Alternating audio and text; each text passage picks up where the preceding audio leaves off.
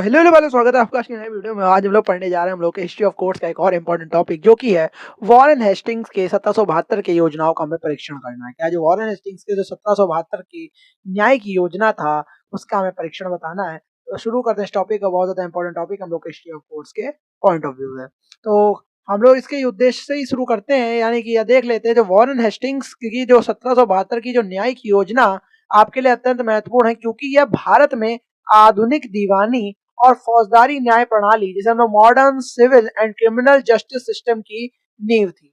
यह योजना कंपनी द्वारा बंगाल, बिहार और उड़ीसा की दीवानी प्राप्त करने के बाद द्वैध शासन यानी कि डुअल गवर्नमेंट की विफलता के परिणाम स्वरूप उत्पन्न हुई। न्यायिक अराजकता को समाप्त करने का पहला व्यापक और संगठित क्या थी प्रयास था। शुरू करते नीचे की जो 1772 की योजना का उद्देश्य क्या था। तो 1772 में जो वॉरेन हेस्टिंग्स ने क्या कहा था, बंगाल के गवर्नर के रूप में न्याय और राजस्व प्रशासन में क्रांतिकारी सुधार लाने के उद्देश्य से यह योजना प्रस्तुत की थी।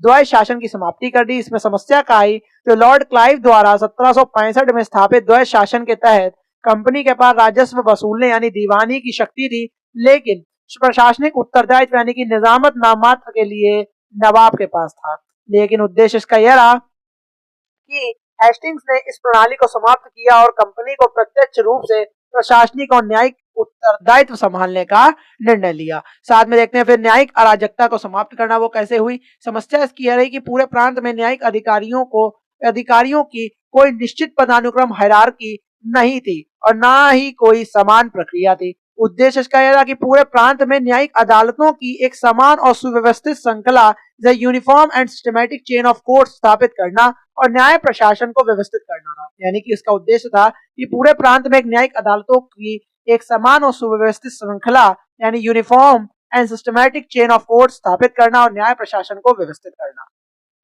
उसके बाद राजस्व और न्याय का मिश्रण देखते तो उद्देश्य इसका यह रहेगा कि चूंकि कंपनी के पास क्या था, दीवानी यानी राजस्व अधिकार थे।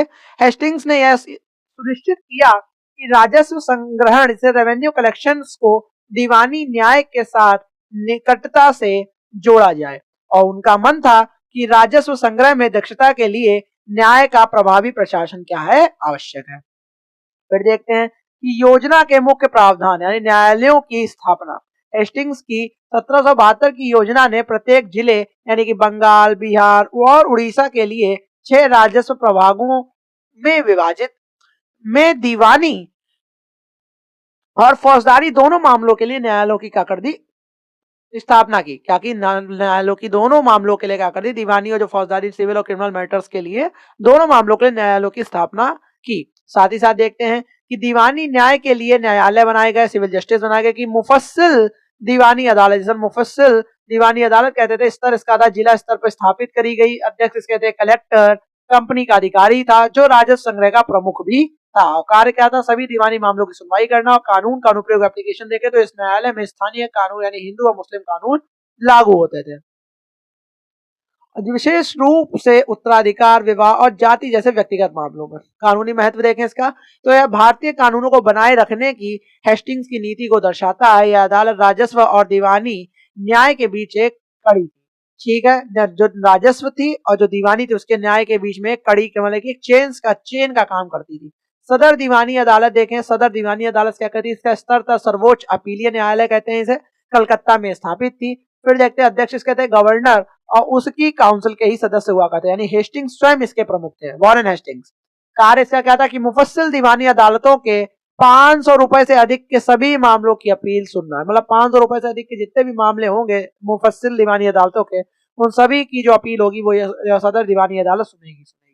कानूनी महत्व देख लो कि यह न्यायपालिका को कार्यपालिका एग्जीक्यूटिव से सीधे नियंत्रण में लाया। यह क्या करा, न्यायपालिका को कार्यपालिका के सीधे नियंत्रण में लाया। गवर्नर और उसकी काउंसिल जो प्रशासनिक प्रमुख थे अब सर्वोच्च न्यायिक प्राधिकारी भी थे। ये दोनों ये क्या करा, उसने सीधे न्यायपालिका और कार्यपालिका को सीधे मतलब कि एक तरीके से जोड़ दिया।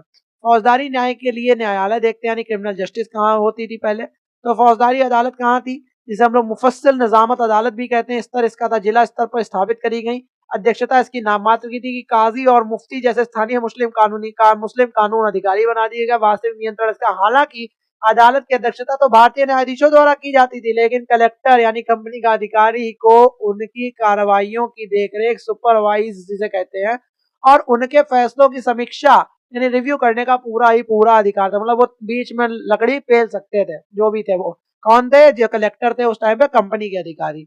मतलब नाम मात्र का बना दिया कि हिंदू मुस्लिम जो भी अधिकारी बना दिए भारतीय न्यायाधीश, लेकिन बीच में तुम भैया उसकी देख रेख भी कर लो, माना है तो फैसला बदल भी दो, उसमें लकड़ी पुच्चे पल दो या जो भी कुछ कर दो। हर चीज नाम मात्र की थी। कानून का अनुप्रयोग देखें, एप्लीकेशन देखें तो मुस्लिम आपराधिक कानून, जैसे मुस्लिम आपराधिक कानून यहाँ देखें मोहम्मदन क्रिमिनल लॉ लागू किया गया था। सदर निजामत अदालत देखते हैं, सदर निजामत अदालत देखेंगे तो स्तर इसका रहेगा कि सर्वोच्च अपीलीय न्यायालय था, पहले कलकत्ता में स्थापित था। अध्यक्षता देखें नाम मात्र की रह गई थी, यानी नायब निजाम यानी डिप्टी ऑफ द नवाब द्वारा, लेकिन वास्तविक नियंत्रण एक उच्च पदस्थ कंपनी अधिकारी के ही पास था।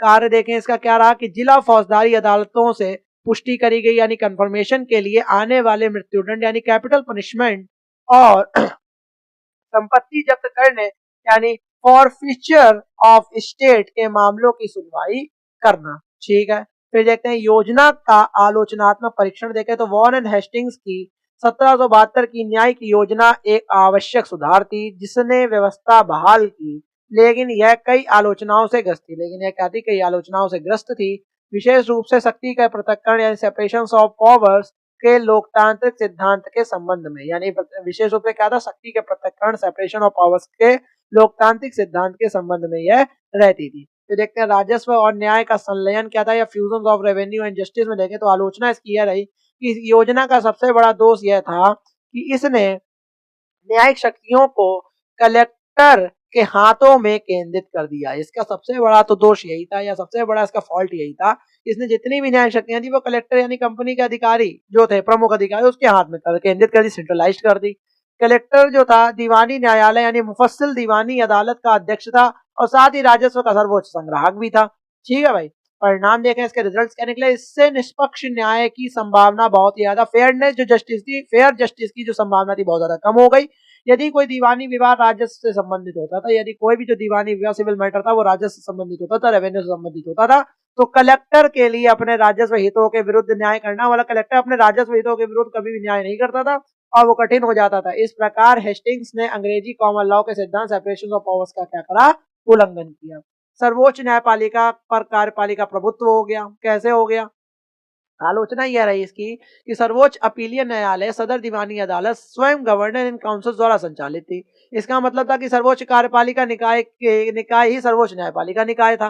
यानी कि सीधे सीधे समझो कि सर्वोच्च अपीलीय जो न्यायालय थे वो सदर दीवानी अदालत स्वयं गवर्नर इन काउंसिल द्वारा ही संचालित थी। इसका मतलब सीधी सी साहब, जब गवर्नर इन काउंसिल थी हम लोग सदर दीवानी अदालत को देखते थे, तो इसका मतलब तो सीधा सा हो गया ना कि सर्वोच्च कार्यपालिका ही सर्वोच्च न्यायपालिका बनी हुई है। ठीक है, फिर देखते हैं परिणाम, इसके रिजल्ट्स इसके क्या निकले। यह लोकतांत्रिक उत्तरदायित्व और न्यायिक स्वतंत्रता, जुडिशियल इंडिपेंडेंस के सिद्धांतों के पूरा ही पूरा क्या था? विरुद्ध था। फिर देखते हैं फौजदारी न्याय में अस्पष्टता और दोहरी प्रणाली, यानी कि आलोचना यह रही कि फौजदारी न्याय यानी क्रिमिनल जस्टिस में दोहरी प्रणाली थी। काजी और मुफ्ती नाम मात्र के न्यायाधीश थे, जबकि कलेक्टर देखरेख करते थे।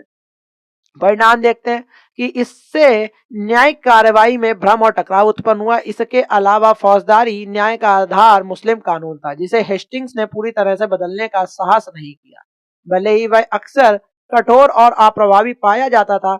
और फिर देखते हैं प्रशिक्षित न्यायिक कार्मिकों का अभाव। प्रशिक्षित जो न्यायिक कर्मी थे उनका भाई अभाव था, उसमें कमियां थी।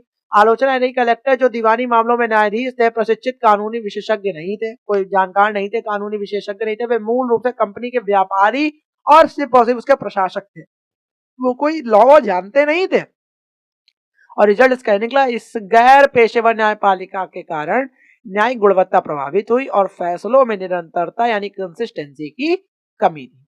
सबसे पहले तो फिर कानूनी और ऐतिहासिक महत्व देखते हैं। इन आलोचनाओं के बावजूद 1772 की योजना भारत के कानूनी इतिहास में एक अविस्मरणीय मील का पत्थर है। फिर देखते हैं प्रणालीबद्धता की शुरुआत कैसे हुई।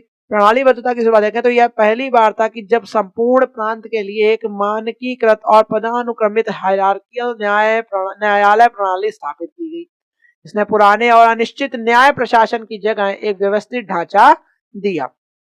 दीवानी और फौजदारी न्याय का पृथक्करण देखते हैं तो इसने दीवानी और फौजदारी न्यायालयों को जिला स्तर पर अलग अलग स्थापित किया। इसने क्या करा, दीवानी और फौजदारी न्यायालयों को जिला स्तर पर अलग अलग स्थापित किया, जिसने भारत में न्यायिक प्रणाली के भविष्य के विकास के लिए आधार प्रदान किया। जिसने क्या करा, भारत में न्यायिक प्रणाली के भविष्य के विकास के लिए आधार प्रदान किया।